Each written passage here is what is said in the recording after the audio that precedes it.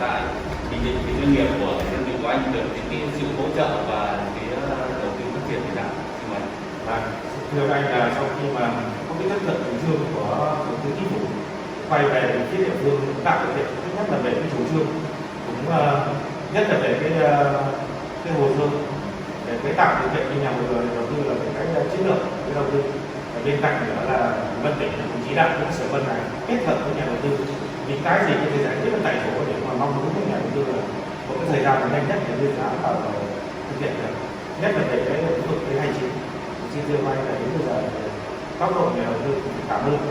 cái sự vào cuộc đồng bộ của ban quản trị kể cả các sở ban ngành để đến bây giờ nhà máy đã vào hoạt động rồi, đến bây giờ là trong năm.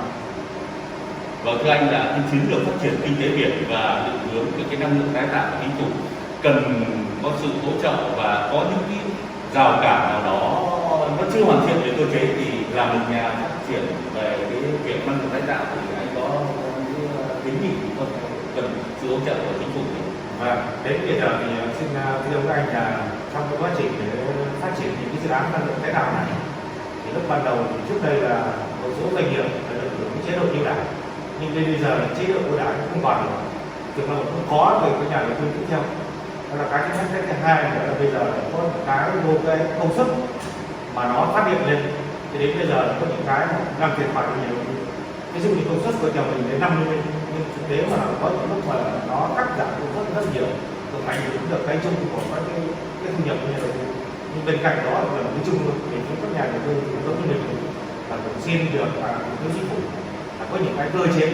mà làm sao ưu đãi tốt cho cái nhà đầu tư, những nhà đầu tư đang thực hiện dự án và những nhà đầu tư kích thời thực hiện dự án có những cơ chế rõ ràng. Và với tập đoàn EVN thì có những cái làm sao mà để cắt giảm công suất bớt ít hơn nữa để các nhà đầu tư có những cái chiến lược để đầu tư lâu dài. Tiêu chí là để phát triển đồng bộ cái bền vững của năng lượng tái tạo thì cái phương hướng tới của đồng chí có những định hướng gì để phát triển mở rộng thêm nữa và yêu cầu bền vững? Và theo anh là nếu như mà về Việt Nam mà đang có quyết định đang cần kêu gọi những cái nhà đầu tư của công tư